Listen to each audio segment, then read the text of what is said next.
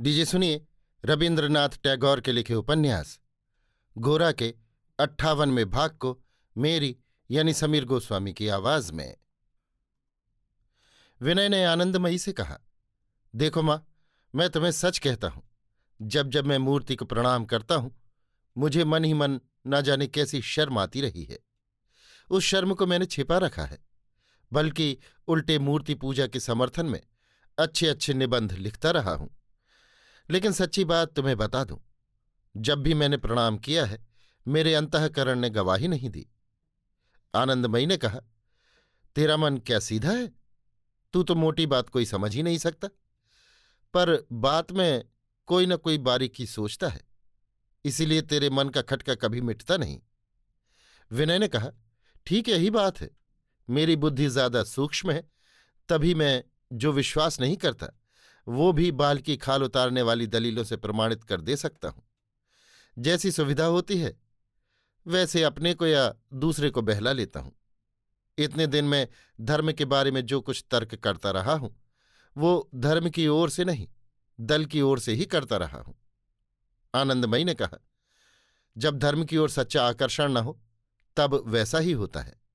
तब धर्म भी वंश मान रुपए पैसे की तरह अहंकार करने की सामग्री बन जाता है। विनय, हाँ, तब हम ये बात नहीं सोचते कि ये धर्म है, यही सोचकर लड़ते भिड़ते हैं कि ये हमारा धर्म है।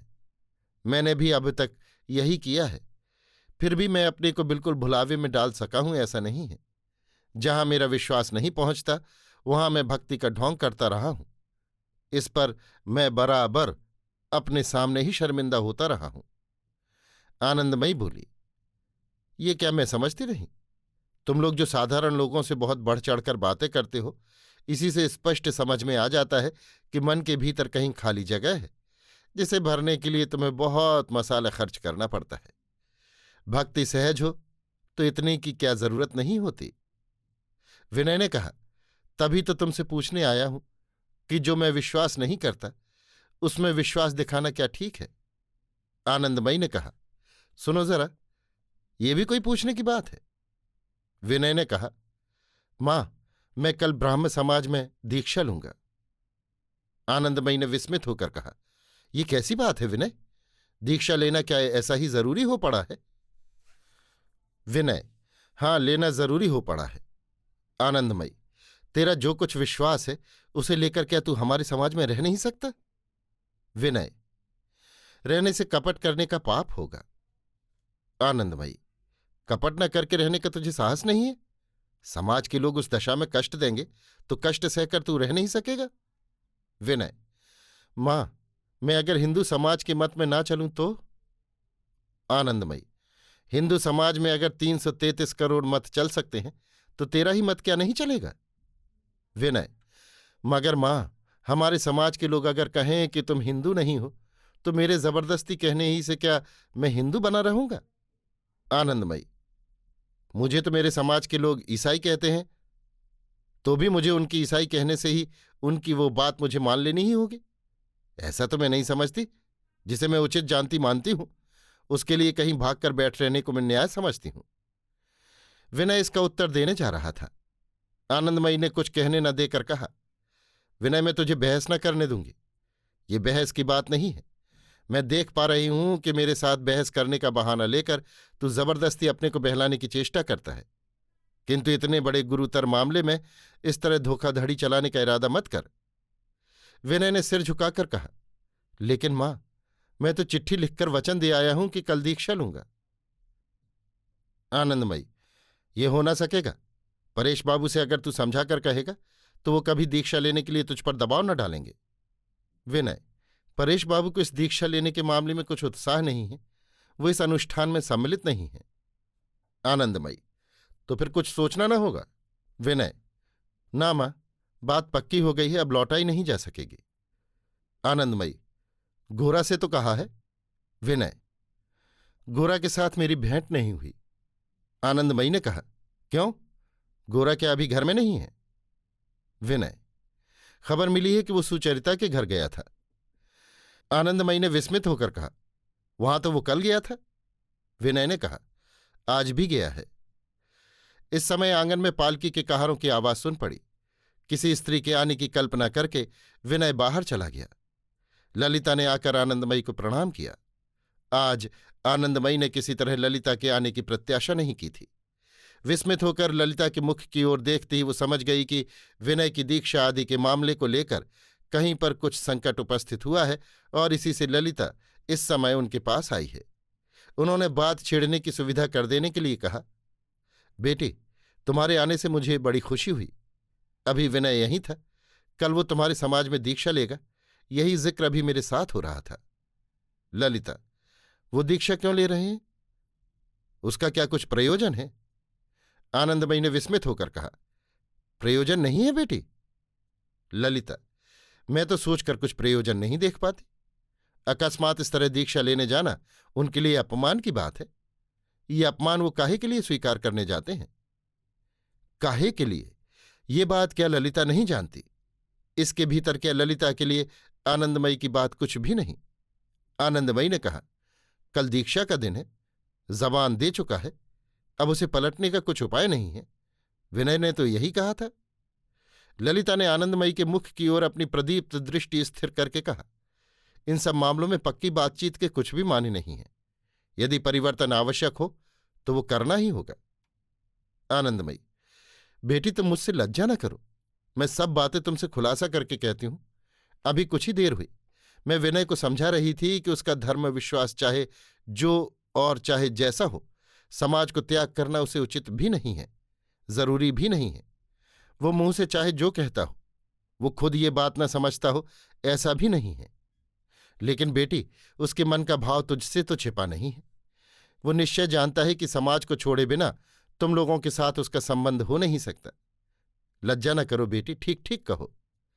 ललिता ने आनंदमयी के आगे सिर उठाकर कहा, मां, तुम्हारे आगे मैं बिल्कुल लज्जा नहीं करूंगी। मैं तुमसे सच कहती हूं कि मैं ये सब कुछ नहीं मानती। मैंने खूब अच्छी तरह सोचकर देख लिया है कि ये कोई जरूरी बात नहीं है कि मनुष्य का कोई भी धर्म विश्वास समाज से क्यों न हो, उसे छोड़कर ही मनुष्य परस्पर मिल सकते हैं। ये बात कभी हो ही नहीं सकती। तब तो बड़ी बड़ी दीवारें उठाकर एक एक संप्रदाय को एक एक घेरे के भीतर रख देना ही उचित है।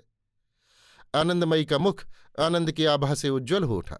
उन्होंने कहा, आह, तुम्हारी बातें सुनकर मुझे बड़ा आनंद हुआ। मैं तो यही बात कहती हूं, एक मनुष्य के साथ मनुष्य का रूप गुण या स्वभाव कुछ भी नहीं मिलता, तब भी तो उस भेद के कारण दो मनुष्यों के मिलने में कोई रुकावट नहीं होती। फिर मत और विश्वास के भेद से ही क्या रुकावट होगी? बेटी, तुमने मेरी जान बचा ली। मुझे विनय के लिए बड़ी चिंता हो रही थी। मुझे मालूम है कि उसने अपना मन और सभी कुछ तुम लोगों को दे दिया है। तुम लोगों के साथ संबंध में यदि उसके कहीं पर कुछ आघात लगेगा तो उसे वो तो किसी तरह सह नहीं सकेगा। इसी से उसे इस काम में बाधा देने से मेरे मन में कैसी व्यथा हो रही थी, सो वो अंतर्यामी ही जानते हैं। किंतु उसका कैसा सौभाग्य है, उसका ऐसा संकट तुमने इतने सहज में दूर कर दिया। अच्छा, एक बात तुमसे पूछती हूं, परेश बाबू के साथ क्या ये बातचीत कुछ हुई है? ललिता ने लज्जा को दबाकर कहा, नहीं हुई, किंतु मैं जानती हूं वो ये सब बातें ठीक समझेंगे। आनंदमयी, वो क्यों न समझेंगे? अगर वो ऐसे समझदार न होते तो ऐसी बुद्धि ऐसा मन का जोर तुम कहां से पाती? बेटी, मैं विनय को बुला लाऊं? तुमको खुद बातचीत करके उससे सब बातें तय कर लेना उचित है। इसी समय मैं एक बात और तुझसे कह लूं बेटी, विनय को मैं उस समय से देखती आ रही हूं जब वो जरा सा था। वो ऐसा लड़का है कि उसके लिए चाहे जितना दुख तुम लोग स्वीकार कर लो, वो उस सारे दुख को सार्थक कर देगा। ये मैं जोर देकर कहती हूं। मैंने अक्सर सोचा है कि विनय को जो प्राप्त करेगी ऐसी कौन भाग्यवती होगी। बीच बीच में अनेक बार संबंध आए, मगर मुझे कोई पसंद नहीं हुआ। आज देखती हूं वो भी कम भाग्यशाली नहीं है। इतना कहकर आनंदमयी ने उंगली छुआकर ललिता के चिबुक का चुम्बन किया और विनय को बुलाकर ले आईं। कौशल से लक्ष्मीनिया को दालान में बिठाकर वो ललिता के लिए खाने पीने का प्रबंध का बहाना करके अन्यत्र चली गई। आज अब ललिता और विनय के बीच संकोच का अवकाश नहीं था। उन दोनों के जीवन में जिस एक कठिन संकट का आविर्भाव हुआ है, उसी के आह्वान से उन्होंने परस्पर के संबंध को सहज और बड़ा करके देखा। आज उनके बीच में किसी आवेश के भाव ने आकर रंगीन पर्दा नहीं डाल दिया। उन दोनों के हृदय मिल गए हैं और उन दोनों की जीवन धाराएं गंगा और यमुना की तरह एक पुण्य तीर्थ में मिलकर एक होने के लिए परस्पर निकट हो आई हैं। इस बारे में किसी ने कोई आलोचना न करके इस बात को विनीत गंभीर भाव से चुपचाप अकुंठित चित्त से मान लिया। समाज ने उन दोनों जनों को बुलाया नहीं, किसी मत ने उन दोनों जनों को मिलाया नहीं। उनका बंधन कोई कृत्रिम बंधन नहीं है। इस बात के स्मरण करके उन्होंने अपने मिलन को ऐसे एक धर्म का मिलन अनुभव किया जो धर्म अत्यंत वृहत उदार भाव से सरल है, जो किसी छोटी बात के लिए झगड़ा नहीं करता, जिसमें कोई पंचायत का पंडित बाधा नहीं दे सकता। ललिता का मुख और आंखें उज्ज्वल हो उठी। उसने कहा, आप झुककर अपने को हीन बनाकर मुझे ग्रहण करने आवें, ये अपमान मुझसे सहा न जाएगा। आप जिस जगह हैं वहीं अविचलित बने रहें, यही मैं चाहती हूं। विनय ने कहा, आपकी भी जहां प्रतिष्ठा है वहीं स्थिर रहें, आपको कुछ भी हिलना न होगा। प्रीत यदि प्रभेद को स्वीकार नहीं कर सकती तो फिर जगत में किसी तरह का प्रभेद क्यों है? दोनों ने प्रायः 20 मिनट तक जो बातचीत की उसका सारांश बस इतना हो सकता है कि जो ऊपर कहा गया है। वे इस बात को भूल गए कि हम हिंदू हैं या ब्राह्मण। उनके मन के भीतर यही बात स्थिर दीपशिखा की तरह जलने लगी कि वे दोनों मानवात्मा हैं। अभी आप सुन रहे थे रविन्द्रनाथ टैगोर के लिखे उपन्यास गोरा के 58वें भाग को मेरी यानी समीर गोस्वामी की आवाज में।